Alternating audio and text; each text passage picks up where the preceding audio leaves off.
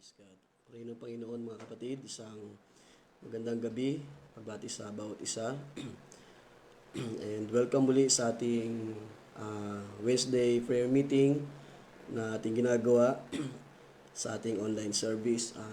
Salamat sa biyaya ng Panginoon. Muli, binigyan tayo ng pagkakataon na magsama-sama sa ilalim ng kaniyang mga salita, guided by the Spirit of God na nasa atin, patuloy na gumagawa ng malaya, may kalakasan sa bawat isa sa bawat tahanan.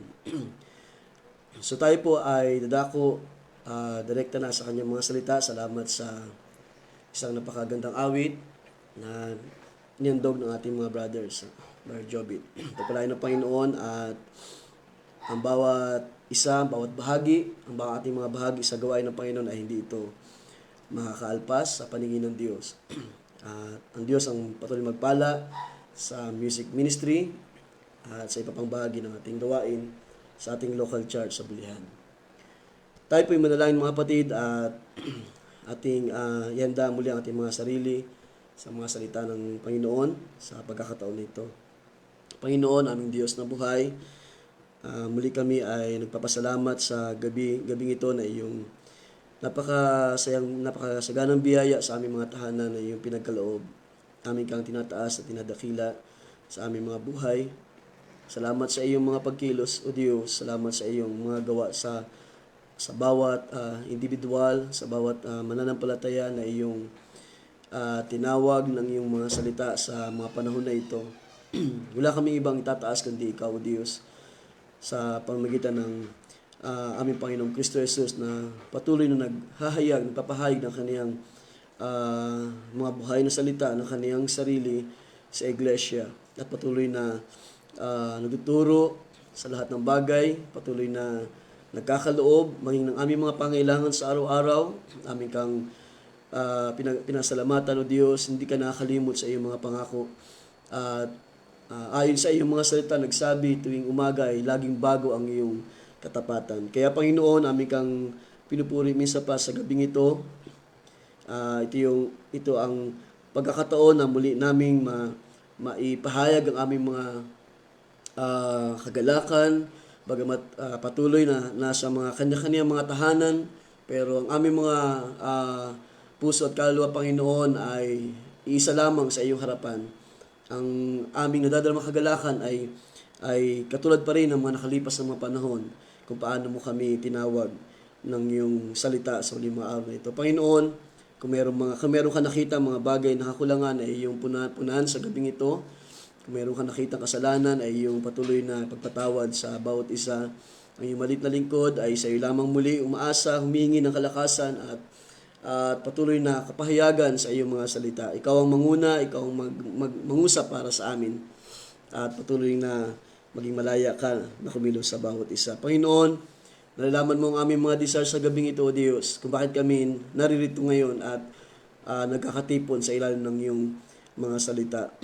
Ikaw nakakaalam ng mga kahilingan. Mamaya, Panginoon, ay aming sama-samang itataas sa iyo. Nalalaman namin na lahat ng ito ay iyong ipagkakaloob ayon sa pananampalataya ng bawat isa. Kaya aking pinagatiwala sa iyo, O Diyos, ang lahat ng mga salita na aming pag-uusapan sa gabing ito sa isang ilang sandaling pagkakataon na iyong pahiram sa amin. I-bless mo ang iyong mga salita, Panginoon. Patuloy kang mangusap na may katiyakan, O Diyos, na bibigay ng pag-asa sa bawat isa na naghahanap at patuloy na sumusunod at kumikilala sa iyong mga salita. I-bless mo, Panginoon, ang mga puso, Panginoon, ang mga tainga na makikinig ng iyong mga salita. Bawat tahanan ay iyong pagpalain sa mga sandaling ito. Lahat, Panginoon, ay aming maingat na ibinabalik sa iyong kapurihan at kadakilaan ay sa iyo lamang maibalik. Lahat ng pasalamat sa tanging pangalan ng aming Panginoon Kristo Jesus ang aming manunubos. Praise God. Amen. Praise the Lord. Okay, so salamat sa pagkakataon na tayo ay binigyan ulit ng opportunity makapagbahagi ng salita ng Diyos sa bawat isa sa ating mga tahanan ngayon. Tayo pupunta lamang sa isang paksa na ating pag-usapan, at kung hindi man natin matapos ngayon ay ang Diyos ang magbigay daan sa ilang mga bagay pa. So ating puntahan ang ating paksa sa aklat ng unang Korinto, 1 Corinthians chapter 14. Ating simulan sa verse 33. Inyong sundan sa inyong mga Tagalog na Biblia, mga kapatid. For God is not the author of confusion, but of peace, as in all the churches of the saints. Let your women keep silent in the churches, for they are not permitted to speak, but they are to be submissive, as the law also says. And if they want to learn something, let them ask their own husbands at home, for it is shameful for women to speak in the churches. At sa 1 John, ay ating puntahan, 1 John chapter 4, sa verse 4, sabi dito, You are of God, little children, and have overcome them, because he who is in you is greater than he who is in the world. They are of the world, therefore they speak as of the world, and the world hears them. We are of God. He who knows God hears us. He who is not of God does not hear us. By this we know the spirit of the truth and the spirit of error. Praise God. Purihin ang Panginoon, mga kapatid. Praise the Lord. At muli, bawat isa ay aking binabati sa pangalan natin Panginoong Kristo Jesus. At ating enjoy ang mga sandaling ito habang tayo nagpapatuloy sa kaniyang mga salita. At ating pag-aaralan, puntahan ng isang maaring masabi ko na isa sa controversial na topic within the Christian group sa ating panahon. Dalangin natin na tayo ay tulungan ng Panginoon sa pagpapahayag ng kaniyang mga salita at kalooban. At sama sa prayer mamaya ang isang sister na na-invite ni Brother Ed last Sunday. Kung hindi ako nagkakamali ay pangalan niya ay Sister Rosana. So atin siyang sama sa prayer, at nawa ang Diyos ang patuloy na bigay ng desire ng kanyang puso, kung siya ay magkaroon pa ng desire na magpatuloy sumubaybay sa ating programa. Ang Diyos ang nawa humipo ng kanyang puso sa pagkakataon nito. Now, ang ating paksa ay may kinalaman sa binasa natin sa chapter 14 ng 1 Corinthians. At ang ating main topic is about whoever knows God hears the apostles' teaching. Yung binasa natin dun sa 1 John kanina. Whoever knows God hears the apostles' teaching. At lagyan natin ng subtopic. Ating subtopic is about woman preacher is not of God. So ito ay very specific, mga kapatid, na subject, at dalangin ko na ito ay makatulong sa ating lahat at sa sino man na sumusubaybay ng programang ito sa ating live streaming sa ating Church of the Firstborn Facebook page. So ating pag-pray din na nawa bigyan tayo ng pagkakataon ng Panginoon, makagawa rin tayo ng ating channel sa YouTube para sa ating another kumbaga ay isang sanga ng live streaming natin upang higit na makaabot pa sa sa marami ang mga salita ng Panginoon sa limang araw na ito. So dito sa 1 Corinthians chapter 14, kung ating titignan ang context ng chapter na ito ay dito makikita natin ang ilang pagsasaayos na ginawa ni Apostol Pablo sa mga kapatiran sa iglesia ng Corinto, sa mga mananampalataya doon sa Corinto. At inyong makikita from verse 1 to verse 32, hindi natin pupuntahan ang maraming bagay diyan, mga kapatid. So inyo na lamang reviewin sa inyong mga tahanan. dito ay binanggit ni Pablo ang iba't ibang kaloob na gumagawa sa iglesia sa mga panahon na yon. At hindi upang alamin ni Pablo kung ano yung mga kaloob na meron ng bawat isa, kundi upang ilagay sa kaayusan ang mga kapatiran, lalo na yung mga believer, yung mga kapatiran na mayroong manifestation ng gifts sa mga panahon na yan. At kung ating tignan na sandali sa verse 1 ng 1 Corinthians chapter 14, nabanggit doon ang kaloob ng prophesying. So dito sa chapter 14 nabanggit ang ilang mga kaloob na nagmamanifest na sa mga taga-Korinto ng mga panahon na yan. Sa verse 2 mababasa natin doon, makikita natin doon yung kaloob ng speaking of unknown tongue. At sa verse 5, so yun na lamang i-note yan at kayo nang bahala magbasa ng mga talata na yan sa inyong personal studies. Sa verse 5, ang mababasa nyo doon yung interpretation, yung gift of interpreting, yung pag-interpret ng speaking of tongue na kaloob mula sa Diyos. Sa verse 6 ay makikita nyo doon yung gift of revelation and knowledge. So yan ay nagmamanifest, yan ay kumikilos sa mga mananampalataya sa mga panahon na yon, of course, hanggang sa ating panahon. Ang gift of singing ay nabanggit din sa verse 26. At lahat itong mga kaloob na to na meron ang church ay makikita natin sa chapter na ito na binigyan ni Pablo ng pag-aayos. At alam natin ang purpose ng mga kaloob na ito ay upang magpatibay, no? Hindi lamang sa mga mananampalataya o sa mga individual, kundi magpatibay sa buong iglesia, sa pangkalahatan. Sa verse 12, ating atras sa bandang taas, no, ay ganito ating mababasa. Sabi dito, gayon din naman kayo na yamang kayo'y mapagsikap sa mga kaloob. So, ang tinutukoy rito ni Pablo ay yung mga believers sa Korinto. Sabi niya, mapagsikap sa mga kaloob na ayon sa Espiritu ay pagsikapan ninyong kayo'y magsisagana sa ikatitibay ng iglesia. So, the very purpose, mga kapatid, ng kaloob na ibinigay sa mga mananampalataya is to edify the church, para ang iglesia ay mapatibay. Ibinigay ng Diyos ang mga kaloob na ito, hindi man lahat ay tumanggap, subalit karamihan sa mga mananampalataya ay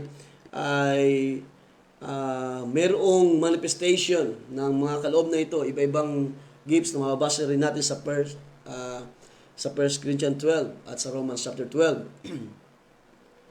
So, ang purpose talaga ng mga kaloob na ito is to edify the church. Para ang church ay hindi lumakad ng walang kaayusan, para ang church ay hindi lumakad ng kanya-kanya, para ang church, ang mga mananampalataya na kabahagi ng isang katawan ng Panginoon na walang iba kundi ang kanyang iglesia ay mailagay sa tama, mailagay sa ayos.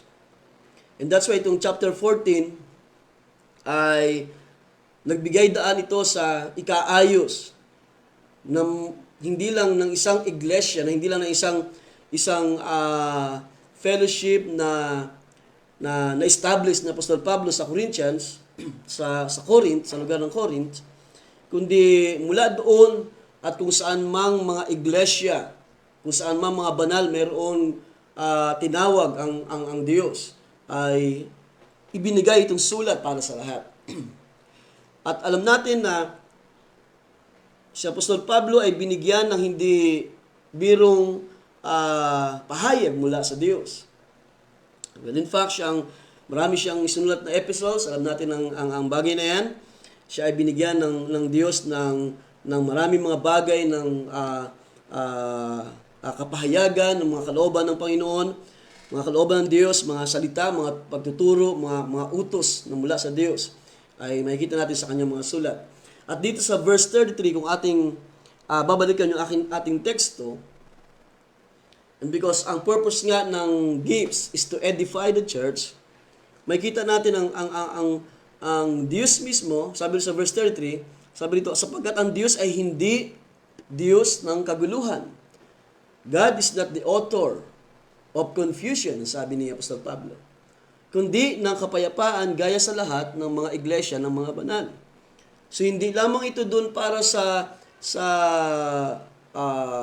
tawag niyan doon mismo sa lugar ng Corinto, kundi sa lahat ng mga iglesia ng mga banal, mga tinawag, mga mananampalataya ng Panginoon. Para sa kanila lahat na ito, ang kaayusan, ang mga bagay na gustong sabihin ng Panginoon, para ipakita na ang Diyos ay hindi Diyos ng kaguluhan, ay ipinadala ng Panginoon itong sulat. Ginamit si Apostol Pablo para isulat ang mga salita nito at ipinadala sa lahat ng mga iglesia. So ang Diyos, sabi ito, ang Diyos ay hindi Diyos ng kaguluhan. Kung ating itatanong sandali sa verse 14, sabi dito, ang naging conclusion dito ni Apostol Pablo, sabi niya, dapat gawin ninyong may karapatan. Or kung ayusin natin ang pagkakasalansan ng talatang ito, ay dapat ganito, dapat gawin ninyong may o gawin ninyong nararapat at may kaayusan ang lahat ng mga bagay. So meaning mga kapatid, ang mga naging part ng bawat gawain, yung bahagi ng bawat mananampalataya, yung manifestation ng iba't ibang mga kaloob sa iglesia, na ito ay kailangan talagang makita para ang church ay mabuild as one, para ang church ay mapatibay, para maging refine ang bawat bahagi at ang purpose ng Diyos ay mangyari sa loob ng iglesia. So lahat ito, yung mga bahagi na ito ay nagmamanifest at hindi siya basta-basta lang na ito ay dapat magmanifest. Ipinapakita rito ng mga talata na binasa natin na bawat bahagi ng ministry, bawat bahagi ng gawain ay dapat mailagay sa tama, dapat mailagay sa isang maayos na kalagayan. And maybe sa pagkakataon na ito, maring, of course, ilang taon pa lamang nagpasimula ang ministry sa mga panahon na yan, ilang taon pa lamang mula nang ibuhos ng Panginoon ang kanyang Espiritu doon sa upper room at nagpasimulang ipangaral ang Ebanghelyo ni Kristo ng mga apostol. Ilang taon pa lamang lumilipas, maaring may mga bagay pa na hindi nakikita ng mga mananampalataya o may mga bagay pa na hindi nauunawaan ng bawat believer at nang dumating ang mga manifestation na ito ng mga kaloob, nakakitaan ang bawat iglesia ng kawalan ng kaayusan. And that's why, mahalaga na tingnan ang bagay ito mga kapatid. Sa pagkakataon na ito, na makita natin na bawat salita na lumabas sa bibig ng mga apostol, bawat salita na naisulat ni Apostol Pablo o sino mang ginamit ng Diyos, ito ay kinakailangan nating i-consider. Alamin natin ano yung mga salita ng Panginoon na dapat nating tingnan, dapat nating bantayan. Nang sa gayon ay hindi makalusot ang spirit of error sa ating mga iglesia. So, ang sinasabi ko, yung bawat part, yung bawat bahagi ng ministry ay kinakailangang mailagay sa ayos. At yun ang pinapakita ng mga talata na ating binasa mga kapatid sa ating teksto. At ano yung command dito na ating makikita sa ating paksa sa gabing ito? Na nakita ko mga kapatid na isa ito sa binigyan ni Apostol Pablo ng pag-aayos. Makikita natin na nang ito ay mangyari doon sa iglesia ng mga taga-Korinto, ay nakita agad ni Apostol Pablo ng likod ng Diyos na hindi ito dapat na nangyayari sa isang local church. At ano yung command? Nabasa natin sa verse 34 sa ating teksto, ano sabi ron? Let your woman keep silent in the churches, for they are not permitted to speak, but they are to be submissive as the law always says. So ito yung ibinigay na utos ng Apostol Pablo. Sa King James, again itong ating mababasa, sabi niya, let your woman keep silence in the churches. So sa lahat ng iglesia mga kapatid, hindi lang doon sa mga taga-Korinto, for it is not permitted unto them to speak, but they are commanded. Okay? They are commanded to be under obedience. Sa Amplified Bible, ganito ang talata na sinasabi, "For they are not authorized to speak, but are to take a subordinate place." So ito yung command na ibinigay ni Pablo sa mga mananampalataya, sa lahat ng iglesia.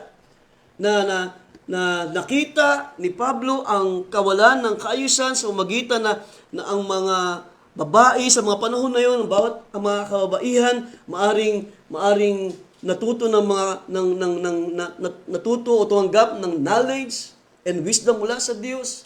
Hindi naman yan para lamang sa mga kalalakihan. Yan ay para sa lahat ng mananampalataya. Pero ang kaibahan lamang para sa mga kalalakihan ay meron talagang purpose ang Diyos.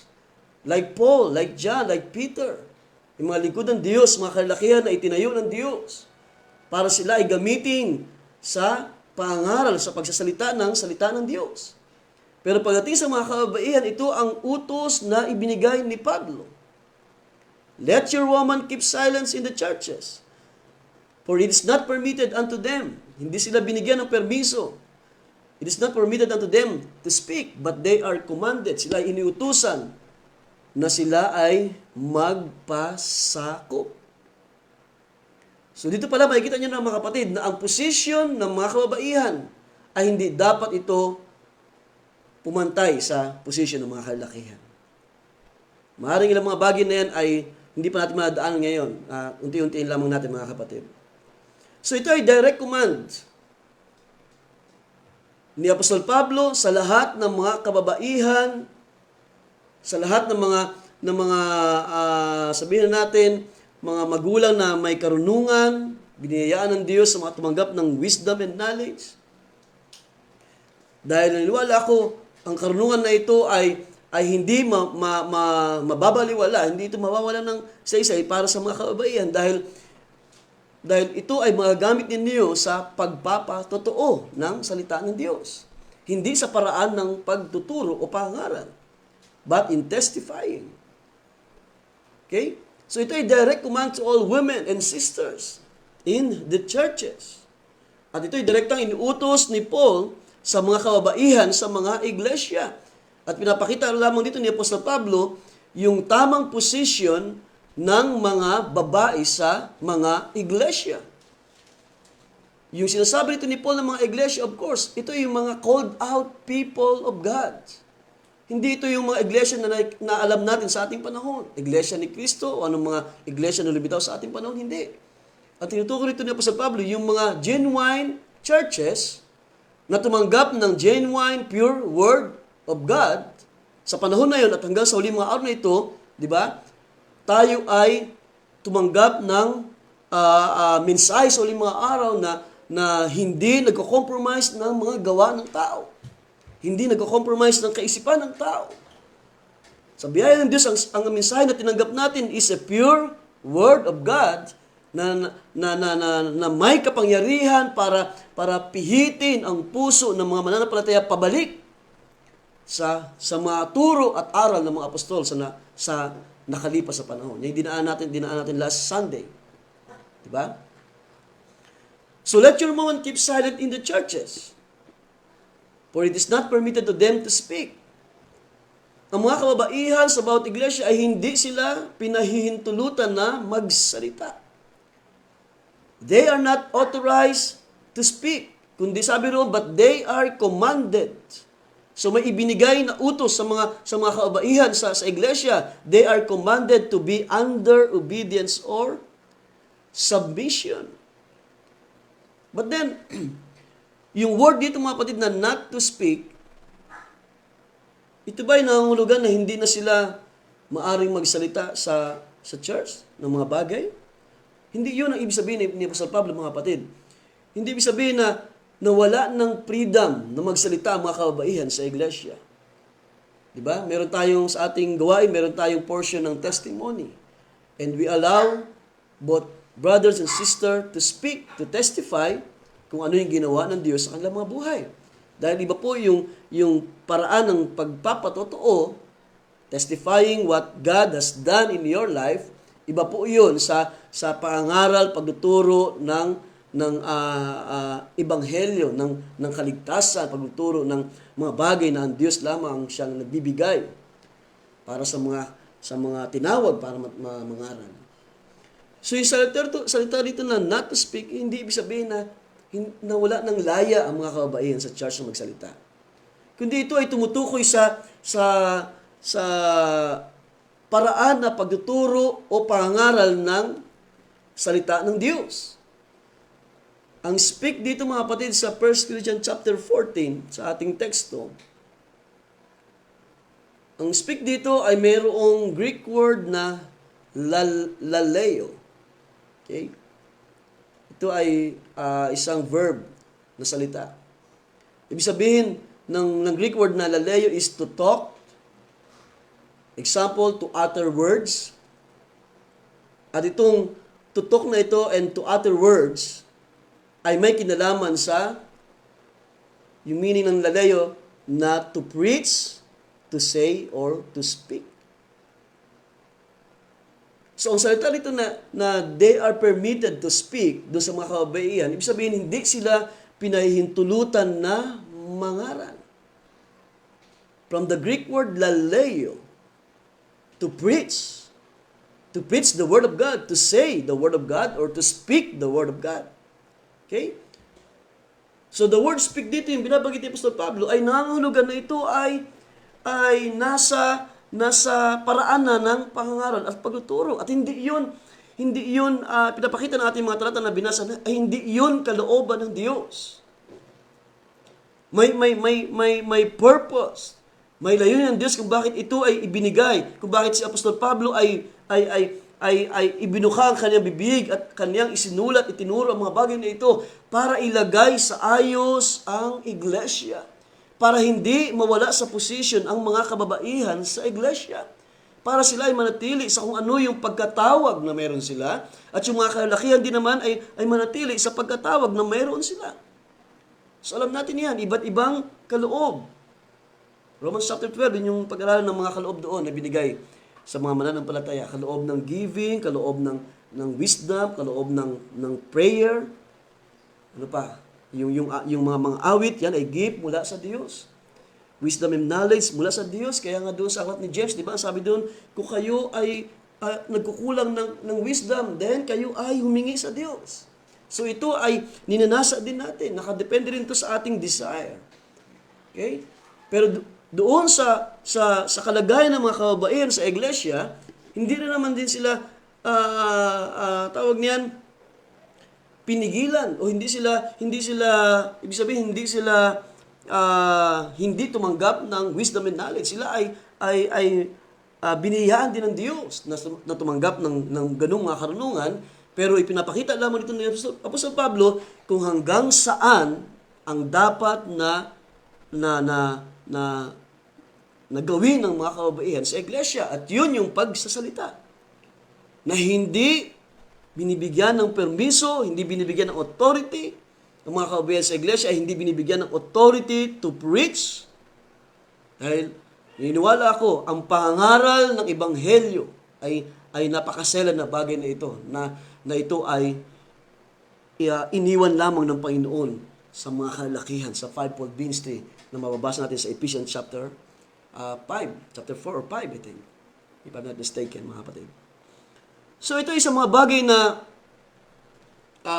marami ang nahihirapang tanggapin dahil sa ating panahon.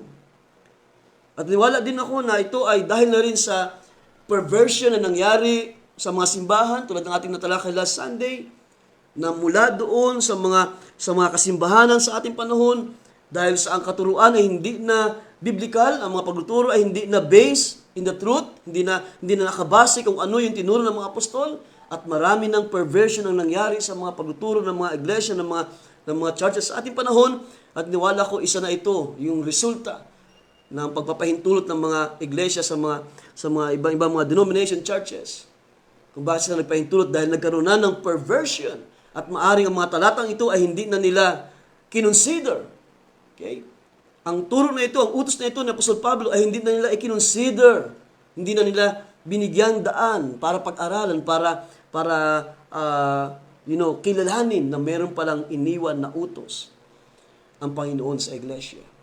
Napuntahan natin ilang mga talata, mga kapatid.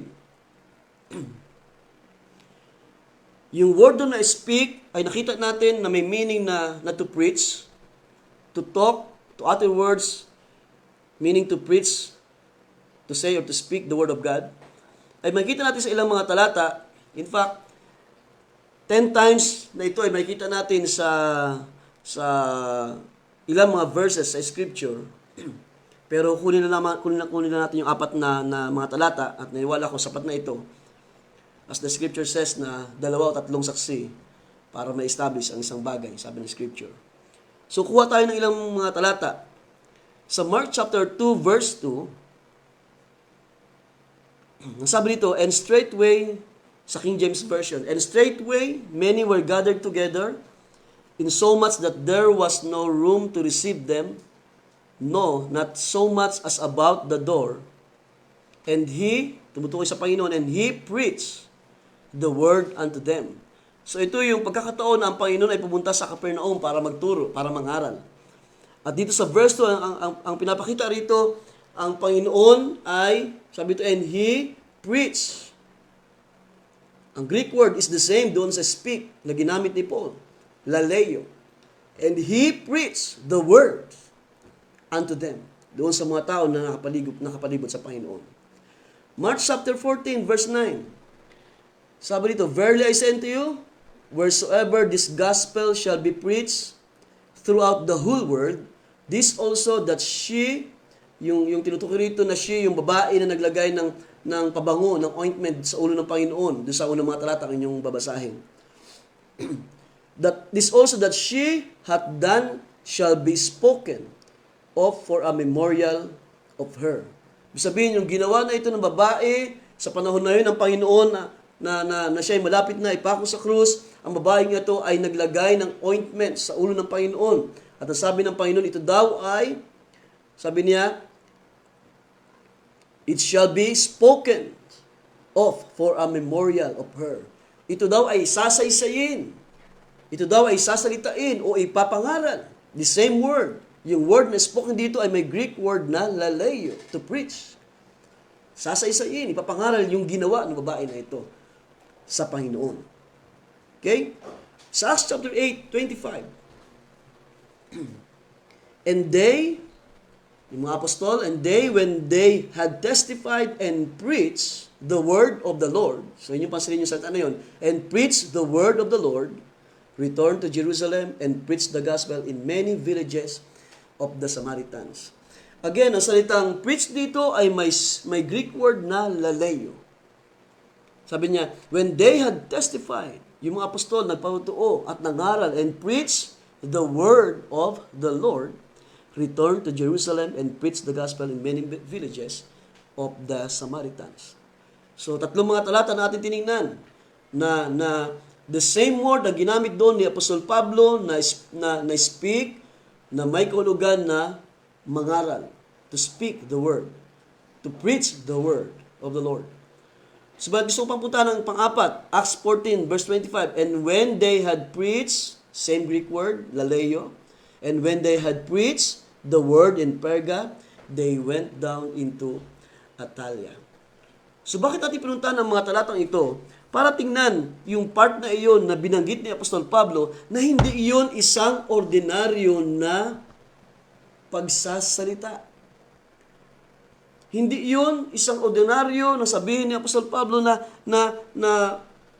let your woman be silent in the churches. Because hindi sila binigyan ng authority to speak. Ang pinapakita rito, hindi sila binigyan ng authority o kapangyarihan para mangaral o magturo man ng mga salita ng Diyos. Dahil kung pag-aaral natin yung mga talata nito natin binasa, puntahan nyo ang Book of Acts. Wala kayong mababasa dyan na isa mang babae tinawag para mangaral ng salita ng Diyos. Okay?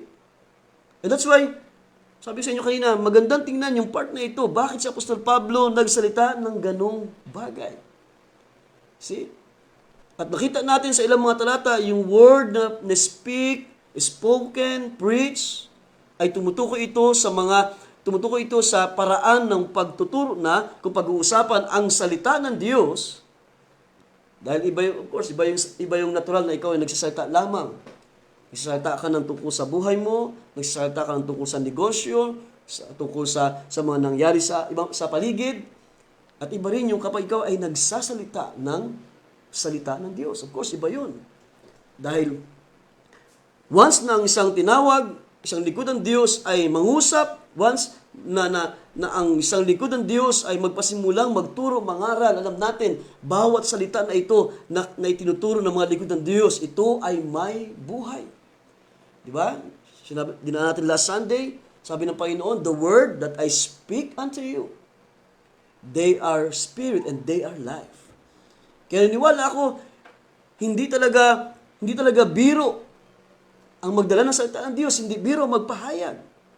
Okay? And that's why, ito ay napakahalagang bagay, mga kapatid, na dapat nating tingnan, dapat nating consider. Dito ay pinapakita ng mga talata na ang salitang speak doon sa 1 Corinthians chapter 14 verse 34 ay tumutukoy sa pangangaral o pagtuturo.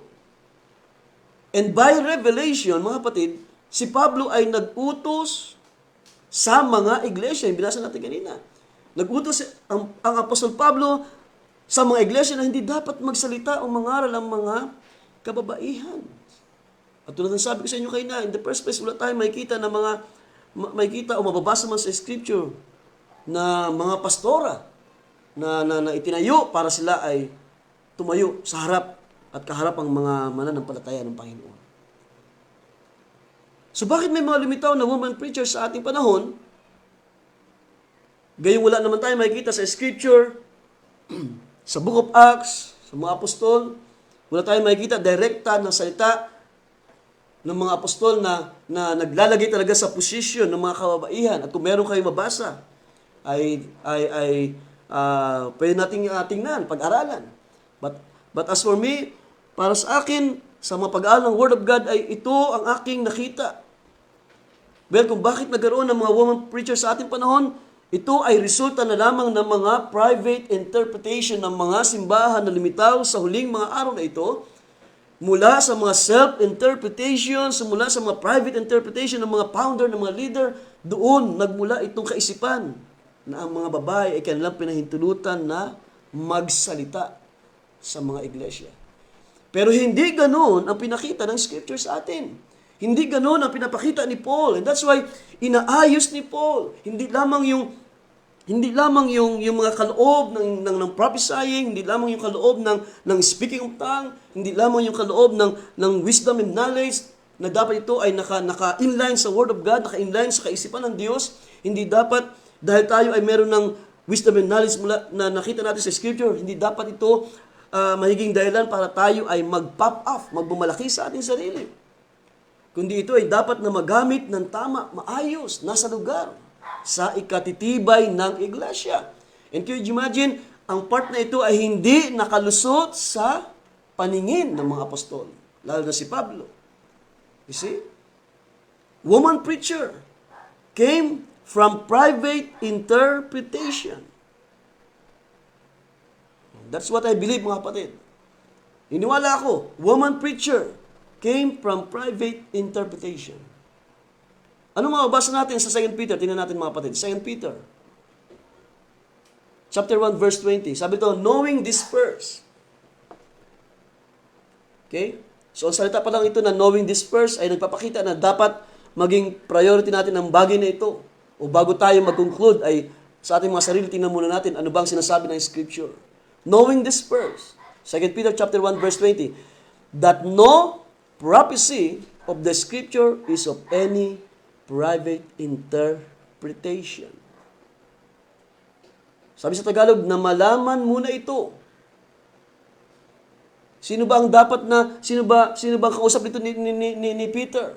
Ang mga mananampalataya. Dapat malaman ninyo ito. Agayon din naman sa panahon ng si Pablo ay sumulat sa mga taga-Korinto, ipinakita niya, dapat niyang malaman ito. Let your woman be silent in all churches. Dahil sabi ito, that no prophecy of the Scripture is of any private interpretation, na alinmang hula ng kasulatan ay hindi nagbuhat sa sariling pagpapaliwanag. Verse 21, for the prophecy, yung scriptures, yung kasulatan, for the prophecy came not in all time by the will of man. Hindi ito nagmula sa kalooban ng tao, sabi ni Peter. But holy men of God spake as they were moved by the Holy Spirit, by the Holy Ghost. Sapagkat hindi sa kalooban ng tao dumating ang hula kailanman, kundi ang mga tao ay nagsasalita buhat sa Diyos, nangauudyukan. Ibig sabihin, kinikilo sila ng Espiritu Santo ng Diyos na nananahan sa mga ito. You see? Hindi nagbuhat yung mga itinuturo ng mga apostol, yung mga biblical, yung mga scriptural verses, scriptural doctrine. Hindi ito nagmula sa mga apostol lamang. It came from God. And by His Holy Spirit, who dwells in them, who dwells in us. Ito yung nagdadala sa atin into all truth. Ano man ang sabihin ng Espiritu ng Diyos, yun ang ating sinasabi. Ano man sabihin ng Espiritu ng Diyos sa iglesia, yun yung kaniyang tinatanggap, kinikilala, nire-recognize. Bago ang gawa ng tao, ay sikapin muna natin i-consider what the Scripture says. At ang sabi dito, ang mga tao ng Diyos, sila ay nagsalita. Apostle Paul was moved by the Spirit of God. Diba? Inudyukan siya. Kinilo siya ng Espiritu para isulat. Nang makita niya ang mga ilang mga out of order doon sa Corinto, ay agad kinilos ng Espiritu ng Diyos si Paul para sabihin, salitain ang utos na ito. You see? At dito sa mga talata nakita natin, hindi galing kay Paul ang utos na iyon, kundi yun ay galing sa Diyos, utos ng Diyos. Siya ay kinilos ng Espiritu ng Diyos para isulat ang mga bagay ito at dalhin sa kaayusan ang iglesia. Hindi lamang dun sa Corinto, kundi lahat ng iglesia. Last Sunday, binasa natin itong 2 Peter chapter 3, verse 3. Sabi ito, knowing this first. So again, binanggit dito yung salita na knowing this first. Ibig sabihin, bigyan natin ng consideration, ng priority. Tingnan natin. Knowing this first, that there shall come in the last days scoffers, in which, tinignan natin last Sunday, yung scoffers ay may Greek word meaning na false teachers. No, lilitaw itong mga scoffers, itong mga false teachers. So, 5 araw, sabi niya, walking after their own lust. So, the Scripture speaks today. Ang Scripture ay nagsasalita sa kanyang sarili. Hindi ito galing sa kanino man. Hindi ito galing sa akin. Hindi ito galing kay Barchol o sino mga likod ng Diyos. Pastor Nonoy, Pastor Joe, Pastor Michael na nagturo sa atin. Mga likod ng Diyos na ginagamit para patibayin ang iglesia. Hindi ito nagmula sa kanilang sarili, kundi sila ay kinikilos. Sinasalita ang Spirit of Truth. Kinikilos sila. May Espiritu ng Diyos na nananahan sa mga taong ito at kinikilos para sabihin. Okay? At hindi panimula ng mga self-interpretation. Para hindi pagsimula ng private interpretation. At binasa natin kanina, God is not the author of confusion. See? Bakit nagbigay ng ganitong utos ang Panginoon? Balikan natin ang verse 33. Sapagkat ang Diyos ay hindi Diyos ng kaguluhan. And therefore, mga kapatid, nung si Pablo ay nasa ministry na, okay, nagmanifest ang maraming mga kaloob sa church, yung mga genuine gifts, lumitaw, at bagamat genuine gifts, pero nagagamit sa out of order. And that's why dun sa mga talata na binasa, na hindi na natin binasa, no, dun sa chapter 14 ng 1 Corinthians, inyong tingnan doon kung paano ni Paul inayos yung may kaloob ng prophesying, inayos ni Paul yung may kaloob ng interpretation of tongue, yung nagsasalita ng wika, inayos ni Paul, maging yung mga may awit daw, diba? Ang ilan sa inyo ay may salita, may awit, diba? Sa ilang mga bagay ng Scripture ay sinabi ni Paul, ako ay aawit sa Espiritu, ibig sabihin guided by the Spirit of God, ako ay manalangin sa Espiritu. So lahat ng ito ay may kaayusan. Diba? At ito yung sinasabi ni Paul sa verse 33, sapagkat ang Diyos ay hindi Diyos ng kaguluhan. At hindi po papahayag ang Diyos na ang kanyang iglesia ay lumakad sa kawalan ng kaayusan. Nakakitaan na makita sa mga mananampalataya, di ba? Maaring masyado na-excite ang marami sa panahon na yun dahil bago pa lamang nagmamanifest ang mga gifts, na-excite marahil yung mga tao at sila ay marahil nadala ng emotion. At itong mga kababaihan na tumanggap ng wisdom and knowledge sa Panginoon ay nagawang tumayo at nagpasimula ng mga aral. Nagturo na ng Ebanghelyo. Na ando naman sa mga kalalakihan doon sa harap ng karamihan ng iglesia. And then si Apostol Pablo ay kinilos ng Espiritu ng Diyos. Dahil hindi po papayag ang Diyos. Ang Diyos ay hindi author ng kaguluhan. Hindi siya papayag na kakitaan ang iglesia ng walang kaayusan. At yung pagtuturo na ito ng mga kababaihan na nangyari sa panahon na yon ay isa lamang sa mga inayos ng Apostol Pablo, inayos ng Diyos, inayos ng Panginoon ang kawalan ng kaayusan ng mga bawat bahagi ng ministry ng mga panahon na yun. And that's why mga kapatid, lahat ito, anumang kaloob meron tayo na tinanggap sa Panginoon, hindi ito maaaring magmanifest lamang ng ayon sa gusto natin, ng ayon sa ating gustong kaisipan. Ito ay natural na kumikilos. Guided by the Spirit of God, ito ay natural, genuinely na gumagawa. Diba? At kung minsan nasasabayan ng emotion, doon pumapasok yung pag-aayos ng mga manggagawa. Okay? So, ang dumating mga kapatid na pahayag kay Pablo, sa pagkakataon na ito ay magandang tingnan mga kapatid,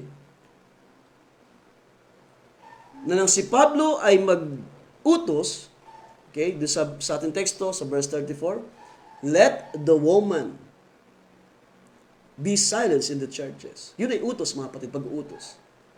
Pero isang magandang tingnan, mga kapatid, na ang pahayag na iyon kay Apostol Pablo ay dumating, nung makikita natin sa Scripture, na ang pahayag na iyon na hindi galing sa kanyang self-interpretation, at kung yun ay hindi galing sa kanyang self-interpretation, saan galing ang pahayag na iyon, na sinulat ni Apostol Pablo. Ito yung mababasa natin sa James chapter 3 na every perfect gift is from above. And that's why si Apostol Pablo, na kanyang isulat ang bagay na iyon, siya ay kinilos ng Espiritu ng Diyos, dumating kay Apostol Pablo ang perfect gift from above. Hindi ito itinuro ng sinuman, hindi ito itinuro ng sinumang founder ng iglesia, ng isang iglesia. Hindi ito pinag-aralan ni Apostol Pablo. Directly, ang revelation, ang pagtuturo na ito sa mga kababaihan na tumahimik sa iglesia ay galing mismo sa kaloob na galing sa itaas. At ito yung mababasa natin sa James chapter 3. Si Pablo ay hindi po nag-utos para palitawin lamang na meron siyang self-interest sa bagay na ito o para ipakita na mas malalim yung kanyang revelation sa ibang mga manggagawa. Hindi yun. Kundi na si Paul ay mangusap, kumilos ang perfect gift. Anong sabi sa James chapter 3? Tingnan natin. Sabi sa verse 13, who is wise and understanding among you? Tinatanong tayo ng salita ng Panginoon. Sino sa inyo marunong? Let him show by good conduct that his works are done in the meekness of wisdom. Ang perfect gift from above, mga kapatid, hindi ka tuturuan para magmalaki sa iyong sarili. Hindi mo ipipilit ang iyong gusto. Ang perfect gift from above, sabi dito, ay ginagawa ito, sabi dito, let him show by good conduct that his works are done. Ito ay sinasagawa in meekness of wisdom. Okay? Doon sabi ni James sa verse 14, but if you have bitter and envy and selfish ambition, ito yung tinutukoy doon sa 1 Peter na binasa natin kanina ng mga private interpretation. Kung meron daw dyan sa inyo na selfish ambition, self-seeking in your heart, sabi doon, but if you have bitter envy and self-seeking in your hearts, Dito nga pumapasok yung mga selfish ambition, yung mga personal na mga ambition ng mga tao. Do not boast and lie against the truth. This wisdom does not descend from above. Hindi daw ito, ang wisdom na ito ay hindi bumababa mula sa itaas, but is earthly, sensual, and demonic. That's the scripture, mga kapatid. Ang wisdom na ito, na ipinapakilala mo, sige, okay lang. Ang mga kababaihan ay magturo sa iglesia, okay lang yan. Pero ang scripture nagsabi, ito ay self-seeking in your hearts. Ito ay self-interpretation in your heart. Self-ambition, selfish ambition ng mga tao sa ating panahon. At ang sabi rin, hindi ito, this wisdom does not descend from above, but is earthly. Ito ay makalupa na kaisipan, ito ay sensual na kaisipan, ito ay demonic na kaisipan. Yes, that's the scripture. For where envy and, verse 16, for where envy and self-seeking exist, kung saan daw nandoon ang self-seeking, confusion and every evil thing are there. Verse 17, but the wisdom that is from above, yun yung dumating na wisdom kay Apostol Pablo, but the wisdom that is from above is first pure, malinis, dalisay, then peaceable, gentle, willing to yield, full of mercy and good fruits, without partiality and without hypocrisy. Yun dahilan kapag ipipilit natin yung mga simbahan sa ating panahon, kung ipipilit pa rin nila na mga kababaihan ay i-allow nila to speak, to preach sa kanilang mga simbahan, then nangulugan na ito ay kaloob na hindi na mula galing sa Diyos. At ang kaloob na ito ay nagdadala lamang ng mga kaguluhan sa iglesia. Nandyan ang confusion, nandyan ang partiality, nandyan ang hypocrisy. Diba? At ang sabi sa verse 18, now the fruit of righteousness is sown in peace by those who make peace. At yun yung paraan na ginawa ng Panginoon sa kanyang lingkod na si Apostol Pablo, dalhin ang kaayusan, dalhin ang kapayapaan sa lahat ng iglesia, turuan ng mga kababaihan, ayusin ang mga kaloob ng manifestation ng kaloob sa bawat iglesia. Diba? Kung atin titingnan doon sa unang mga talata sa chapter 14 ng 1 Corinthians, yung lumilitaw sa panahon na yun, lumitaw ang speaking in tongue. At maari sa panahon na yun ay hindi pa makontrol ng mga kapatiran. Ibig sabihin, hindi pa nila mailagay sa ayos. Dahil patuloy ang pagsasalita ng iba't ibang mga wika, wala na sa ayos. At ang sabi doon, kung walang interpretation, ay tumahimik. So kung hindi magbibigay ang Diyos ng magpapaliwanag, kung wala pang manifestation ng interpretation, then ina-advise na tumahimik ang may kaloob. So inaayos yung mga gift na ito, inaayos. Para saan? Para sa ikatitibay ng iglesia. And could you imagine ang isang church na nagsasabi na Church of Christ, Church of God, pero nagpapahintulot ng mga kababaihan na nagtuturo, nangangaral, tumatayo sa harapan ng mga kalalakihan? Ang scripture na nagpakita sa atin, this wisdom came not from God. Ang wisdom na ito ay nanggagaling ito ay makalupa. Ito ay demonic wisdom, sabi ni John, ni James para sa atin. You see? This wisdom ay hindi mula sa luklukan ng Diyos, hindi mula sa presensya ng Diyos. But the wisdom from above is, sabi noon, hindi naghahanap ng kanyang sarili, hindi hinahanap ang sariling ambition. Ang wisdom from above ay hindi hinahanap yung sariling kagustuhan niya, hindi i-insist yung kanyang kagustuhan.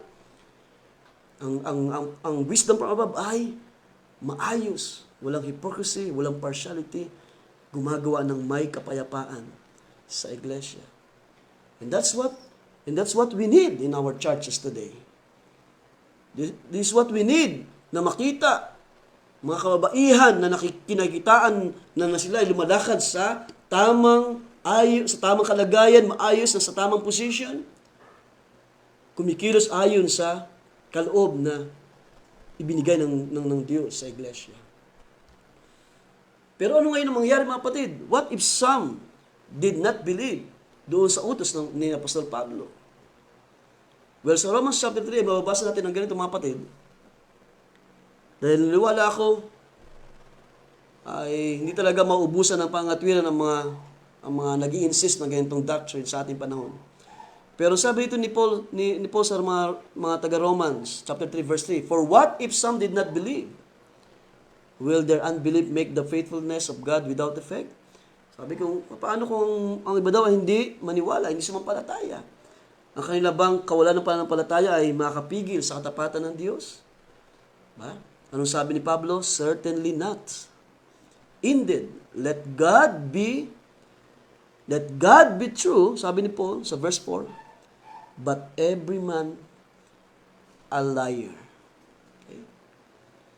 Kung hindi man maniwala ang iba, doon sa utos ni Apostol Pablo, hindi nila matanggap na sila ay pinapatahimik, hindi nila matanggap na sila ay hindi binigyan ng authority, then, ano sabi nito? Hindi pa rin ito mapakapigil sa katapatan ng Diyos. Ibig sabihin, hindi pa rin ito mapipigilan ang perfect will of God na mangyari ang bagay na ito sa iglesia.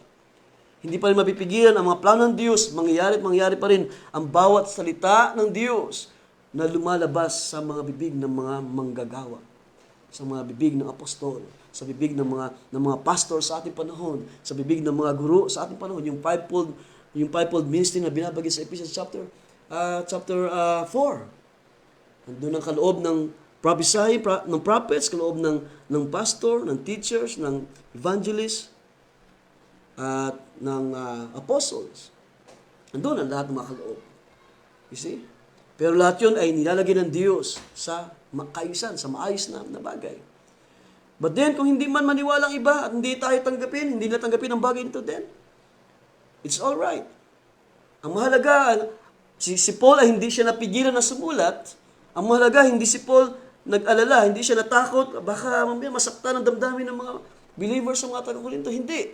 As the Spirit moves, kung paano siya kinilos, sinudyukan ng Espiritu na sabihin ng bagay nito, then sinabi lamang ni Paul ang katotohanan. At yun, sabihan Diyos ang ginagawa ng kaniyang mga lingkod sa uling mga araw, sinasalita ang katotohanan, back to the apostles' doctrine, binalik tayo, ipinit ang ating mga puso sa orihinal na pananampalataya ng mga apostol. Walang compromising ng sino man. See? Hindi nagbibigay lugod sa tao, kundi unahin natin bigyang lugod ang Diyos, sumunod sa mga utos, sa mga salita, sa mga pangangaral, i-consider kung ano yung pagtuturo na ginagawa nila sa mga iglesia. At hayaan natin yung mga tao, kung hindi man sila sumampalataya ay hindi makakapigil, hindi mapipigilan ang mga plano ng Diyos. You see? At isa sa mga bagay na madalas na encounter natin, no, patungkol sa paksa na ito mga kapatid, sabi ko kanina, ay hindi maubusan ng pangatwiran ang mga churches sa mga denomination sa ating panahon. Well, sila ay nakabase lamang, of course, nakabase lamang sila kung ano yung sinabi ng mga founder, ng mga leaders sa church. While the apostles, ay nakabase lamang sila kung anong sabihin ng Panginoon. So, mga pangatwiran na hindi mauubos, nandiyan yung mga pangatwiran na paano kung puro babae ang mga nasa isang lugar. Of course, kung puro babae, ay wala namang, wala tayong nakikita ang problema kung mayroong isa doon na may karunungan at magsalita sa mga kababaihan. Pero kung nandun ang mga kalalakihan, hindi siya maaring mangusap. Sabihin naman nila ng pangatwiran ng iba, paano kung nasa isang isla daw at babae lang doon, isang babae lamang doon ang may kakayang magturo. Well, para sa akin, ginagawa nila ang Diyos na hindi marunong. Ginagawa nila ang Diyos na walang paraan ng Diyos sa lahat ng bagay. Hindi ba sabi ng Panginoon, I am Alpha and Omega. I am the beginning and the ending. Ako yung nasa unahan, ako yung nasa ulian. Ibig sabihin, lahat ng bagay ay preordained ng Diyos. Ibig sabihin, lahat ng bagay ay ang Diyos na ang nagtakda. Lahat ng bagay ay mayroong kaparaanan ng Diyos. Di ba? Inawit na rin, there are 10,000 reasons, there's 10,000 ways. Paraan para magpuri sa Diyos. Dahil ang Diyos ay nagpapakita sa atin ng maraming kaparaanan niya para i-provide ang every need ng bawat iglesia. At para sa akin, yung mga ganun pangatwiran ay hindi yun sa Diyos. Yun ay pag-i-insist lamang ng self-interpretation, ng self-interest, self-ambition ng mga tao. Dahil naniniwala ako, hindi ang Diyos magpapahintulot ng ganung pagkakataon na nasa isang isla, babae lang marunong magturo, yun ang madalas na narinig natin. Naniniwala ko, ang daan ng Diyos ay sakdal. Tingnan natin mga kapatid, Psalms 18, chapter 30. Sabi ito sa mga awit, chapter 18, verse 30. As for God, His way is perfect. The word of the Lord is proven. Ibig sabihin, refined. Ibig sabihin, ang salita ng Diyos ay proven na. Ibig sabihin, ito ay laging may pangyayari. Kung sa paningin ng tao, parang walang paraan. Sa Diyos, may paraan. Kung sinasabi man natin, maaari sa isang isla ay may mga nangailangan doon, then God will provide Himself. Siya mismo magpapadala ng, bahala ang Diyos gumawa ng paraan, magpadala ng magtuturo doon sa sinasabi mong isla. Diba? Na nangailangan ng kaligtasan. Diba? Dahil yung katwiran na yon, tao lamang yung naglalagay ng sitwasyon, ng problema. Ba't hayaan natin ang Diyos ang gumawa ng paraan? Kung yun ang ating thinking, let the mind of God, have His way sa lahat ng mga bagay na iniisip natin ng mga pangangailangan. Sabi nito, ang daan ng Diyos ay sakdal. So, pag-uusapan ng salitang sakdal, hindi ito magkukulang. Kailanman, hindi ito magkukulang. Ang kaisipan ng Diyos, ang kanyang daan ay hindi magkukulang ng mga kaparaanan. Diba? Kung si Jonah nga ay nagawa ng Diyos na, diba? Dahil siya ay tumakas sa presensya ng Diyos, inutusan siya doon sa Nineveh, mangaral ka doon. May mga tao doon na nangailangan ng kaligtasan. Pero imbis na sumunod, lumayo si Jonah. Pero nakita natin ng Scripture, ang Diyos ay gumawa ng paraan. Sino mag-aakala na ang Diyos ay mag-uutos sa isang malaking balyena para si Jonah ay lamunin nito at dalhin doon sa lugar na ayaw niyang puntahan, na iniutos ng Panginoon sa kanya? Diba? May kaparaanan ng Diyos. As for God, His way is perfect. Huwag na natin i-insist yung gusto natin. Diba? Psalms 25:10, lahat na landas ng Panginoon ay kagandahang loob at katotohanan. Sa mga gayon na nag-iingat ng kanyang tipan at kanyang mga patutuo. Doon daw sa mga nag-iingat ng salita ng Diyos, nag-iingat ng tipan ng Diyos, ang kanyang mga daan, mga paraan ng Diyos, mga kaisipan ng Diyos ay laging katotohanan, laging gumagawa ng katotohanan. Hindi nagkukulang ng mga kaparaanan, ng purpose. 1 Corinthians chapter 2 verse 16, ano sabi dito ni Paul? Sapagat sino ang nakakilala ng pag-iisip ng Panginoon? So sino sa atin ang nakakaalam ng mga plano ng Diyos? Diba? Kaya, yung pangatwiran ng mga simbahan, mga kababaihan, na paano kung wala nang mangaral, kung babae lang doon, isang babae lang na marunong doon. In the first place, hindi ang Diyos nga nagpapahintulot na ikaw ay magturo. Then let God provide a preacher, the one who will speak for His word, the one who will preach for His word. Ang Diyos na ang bahala, gumawa ng paraan, tulad ng ginawa niya doon kay Jonah, na siya ay, in a very special way, gumawa ang Diyos para siya ay dalhin doon sa lugar na gusto ng Diyos pagdalan sa kanya. Sapagkat sino nakakilala ng pag-isip ng Panginoon upang siya ay turuan, you see? Gusto kasi natin turuan ng Diyos. But the Scripture speaks ng kabaligtaran ng mga bagay ng pag-iisip ng tao. Upang siya ay turuan. Sabi, upang siya turuan niya, dapat na sa atin ang pag-iisip. Hindi ni Pablo, hindi ni Peter, hindi ni John, hindi ng mga founder, hindi ng mga manggagawa, nasa atin ang pag-iisip ni Kristo. Balikan natin ang utos ni Apostol Pablo, mga kapatid. Gusto kong sabihin sa inyo, mga kapatid, na itong pagtuturo ni Pablo, this teaching, did not came from Apostle Paul. Okay? Si Pablo ang sumulat, si Pablo ang nagpadala ng sulat sa mga mananampalataya sa Korinto, pero hindi ito mismo galing kay Pablo. Hindi ito sariling utos, hindi ito sariling kaisipan. Hindi si Paul, nakadama lamang na parang hindi yata maganda ng mga kababaihan ay tumatayo sa mga iglesia. Then, nag-isip siya, susulat nga ako. Hindi ito personal na kaisipan lamang ni Paul. Kung mabalikan natin ang ating teksto sa 1 Corinthians chapter 14 verse 37, sabi dito, if anyone thinks himself to be a prophet or spiritual, let him acknowledge that the things which I write to you are the commandments of the Lord. So ikaw ay sinasabi mo na ikaw ay prophet. Ibig sabihin, may wisdom. Ibig sabihin, tumanggap ka ng kaloob mula sa Diyos. O sinasabi mo na ikaw ay spiritual ng mga lalaki at babae ng Diyos. Let him acknowledge that the things, dapat mong kilalanin ito, na mga bagay na ang aking sinulat ay hindi, sabi niya, the things which I write to you are the commandments of the Lord. So hindi pala yun galing lang mismo na bigla lamang pumasok sa isip ni Paul at isinulat, kundi yun ay move ng Espiritu ng Diyos. Ang Espiritu ng Diyos ay kumilos sa kanya, nag-utos sa puso ni Paul at gumawa ng tamang judgment ang Panginoon sa kaniyang puso at yun ang kanyang isinulat. Para sa akin, by revelation, nangusap ang Panginoon sa kanyang likod at yun yung kanyang iniutos sa mga iglesia. Sabi ko sa inyo kanina, si Pablo ay hindi po nagdalawang isip. Anong sabi niya? Kung atin titingnan mga kapatid sa ilang mga talata rito, tingnan natin. Sa 1 Corinthians chapter 7, tingnan natin. Now, sabi ko sa inyo kanina, wala tayong mababasa sa Scripture directly na nagbibigay ng pahintulot sa mga kababaihan na magturo sa iglesia.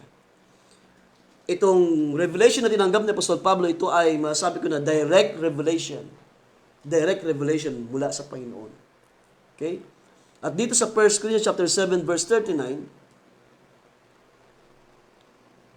sabi dito, a wife is bound by law as long as her husband lives. Now, ito ay may kinalaman doon sa ilang inaayos ni Pablo ng mga problema ng mga mag-asawa doon sa maunang mga verses.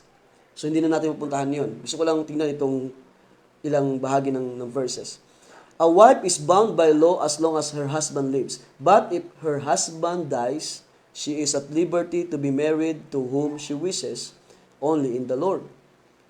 So, ang asawang babae ay natatali ng kautusan habang ang kanyang asawang lalaki ay nabubuhay. Sabat kung ang kanyang asawang lalaki ay mamatay, sabi dito, mayroon na siya kalayaan na mag-asawa muli ayon sa kanyang kagustuhan o wishes. Pero sabi dito ni Paul, only in the Lord. Okay? But she is happier if she remains as she is. Verse 40. According to my judgment. Okay? And, sabi dito sa dulo, and I think I also have the Spirit of God. So, kung titignan nyo mabuti ito, nag-a-advise si Paul sa mga problema sa mga mag-asawa sa mga panahon na yon, pero sabi niya, ito ay ayon sa aking judgment, hindi yun sa kanyang sarili, kundi yun yung ibinigay ng Diyos, according to my judgment, and I think, sabi niya, siya ay naniniwala o sumasampalataya, and I think I also have the Spirit of God. Ibig sabihin, para sa kanyang sarili, hindi niya hinahatulan ng mga buhay ng mga mag-asawa, kundi kung ano yung inspirasyon na dumating sa kanya. Kung ano yung sinabi ng Espiritu ng Diyos. Yun yung kanyang inihatol, ipinayo sa mga mag-asawa doon sa mga panahon na yun. Ano yung ibig sabihin mga kapatid? Itong mga sulat na ito ni Apostol Pablo doon sa ating teksto, yung utos doon ay hindi galing kay Apostol Pablo, kundi yun ay galing sa Panginoon. Without any private interpretation. Wala tayo makikita doon na parang yun ay si Pablo lamang ang nagsabi. Di ba? Paano yan? Gusto ng mga kababaihan tumayo. May wisdom and knowledge sila. Gusto nilang mangaral. Pero as the Spirit moves in our hearts, kung paano kumikilos ang Espiritu ng Diyos na nasa atin ngayon, yun yung ating nakikita sa mga salita ng Diyos. Hindi si Pablo ang nagtuturo, ang nag-uutos, kundi yun ang utos na yun ay galing sa gawa ng Panginoon. Ilang mga talata na magpapakita na ang mga manggagawa, ang mga apostol ay nagsusulat, nangangaral, nagsasalita ng ayon sa sinasabi ng Panginoon. Sa 1 Thessalonians, ganito ating mababasa, chapter 4, verse 1 and 2, sabi ito, katapos-tapusan nga mga kapatid, kayo'y aming pinamamanikan at inaaralan sa pangalang o sa Panginoong Jesus. Tinutukoy rito yung mga pagtuturo ay nasa ilalim ng patnubay ng Panginoong Jesus. Sabi niya, katapos-tapusan nga mga kapatid, kayo'y aming pinamamanikan at inaaralan, tinuturuan, inaaralan sa Panginoong Jesus na ayon sa tinanggap ninyo sa amin, yung mga pagtuturo na yun, yung mga utos na yun, ayon sa mga tinanggap ninyo sa amin, na kung paano kayo dapat magsilakad at magbigay lugod sa Diyos na gaya ng inyong paglakad upang kayo magsipanagana ng higit at higit. So ayon sa mga turo, salita na ating tinanggap sa mga apostol, no, hindi naman yung tao ang nagsalita, kundi ang Panginoon ang gumagawa sa kanila. Di ba sabi one time ni Paul, sino ba si Pablo? Sino ba si Apollos? Ito yung mga manggagawa, mga instrumento ng Diyos. Para ano? Para manghusap, para gamitin, para salitain ang salita ng kaligtasan. At walang anuman si Pablo, walang anuman si Silas, si Paul, si Peter, si John, walang anuman sila. Kundi kung ano yung salita na dumating sa kanilang mga puso, na kanilang tinuro, dumating galing sa Panginoon. Hindi daw sa nagdidilig, wala sa nagdidilig, ang paglago ng sangalaman ay hindi sa nagdidilig, kundi sa nagpapalago. At ganoon ang gawa ng Diyos sa atin. Okay? Verse 2, atin tuloy, 1 Thessalonians chapter 4. Verse 2, sapagkat talastas ninyo kung ano mga tagubilin ang ibinigay namin sa inyo sa pamamagitan ng Panginoong Jesus. So meaning, every commandments, bawat utos o salita na lumabas sa mga apostol, it was given by the authority of the Lord Jesus Christ. Hindi yun galing sa kanila. Hindi yun self-interpretation. Hindi yun self-ambition ni Paul. Kundi yun ay direct revelation. Direct na pag-command ng Panginoon. Sabihin mo ito, salitain mo ito. Para sa ikatitibay ng iglesia. 2 Peter chapter 3. Ilang mga talata na nagpapakita na itong mga taong ito na kinikilos ng Espiritu ng Diyos, sila ay gumagawa, sila sa ministry, sila ay nagsasalita, sila ay nagsusulat ng ayon sa pagkilos ng Panginoon. 2 Peter chapter 3 verse 1 and 2, ito nga ang ikalawang sulat, mga minamahal, na isinusulat ko sa inyo, at sa dalaway ginigising ko ang inyong tapat na pag-iisip sa pamamagitan ng pagpapaalaala sa inyo. Upang, verse 2, maalaala ninyo ang mga salitang sinabi ng una ng mga banal na propeta at ang utos ng Panginoon at tagapagligtas sa pamamagitan ng inyong mga apostol. So, kanino galing ang mga utos? Ang mga utos ay mula sa Panginoon. Diba?